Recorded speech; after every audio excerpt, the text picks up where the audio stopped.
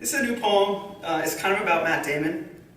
And there's one thing you need to know to understand the poem. You might not know this, but maybe you did if you're on social media a lot. Like this past year, Matt Damon got himself in a lot of trouble because he has this show with Ben Affleck, and basically there's this director named Effie Brown on this show. She's an African American director, and he started explaining racism to her. And so when you hear Effie Brown in the poem, that's the director he's talking to. So in case you didn't know that. It's called Notes on Matt Damon. It's like he's here. He's like, don't read that poem yet.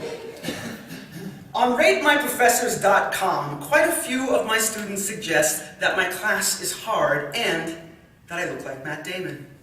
Some students have even granted me the infamous hot chili pepper rating for looking like him. It's hard to know how to interpret this. After all, Matt Damon is indeed handsome, and if my last words could be any words, those words just might be, do you like apples? Well, I got a number, how do you like them apples? To the middle school boys who bullied me. A little Good Will Hunting. I'm not from Boston, but the power of the accent does speak to me. I wonder what more Matt and I might have in common other than our East Coast upbringing. After all, he was born on October 8th, a Libra, and I am a solid on top of things Capricorn. My parents divorced when I was 7, and young Matt was a whopping 13 when his parents untied the knot. I wonder, did he run into the woods in celebration? Did he dream of the day he'd actually stop seeing his father's leather shoes at the back door? Did he refuse to speak in school? Did he dress up in girls' clothes or pretend he was the lead singer of girl bands like Heart or Wilson Phillips or even better, the Bangles? Did he want to work with his hands but find his hands inadequate? Did he want to be taller? Did he wander the halls of his middle school with notebooks full of love notes never slipped into the lockers of girls who thought of him as harmless or never thought of him at all?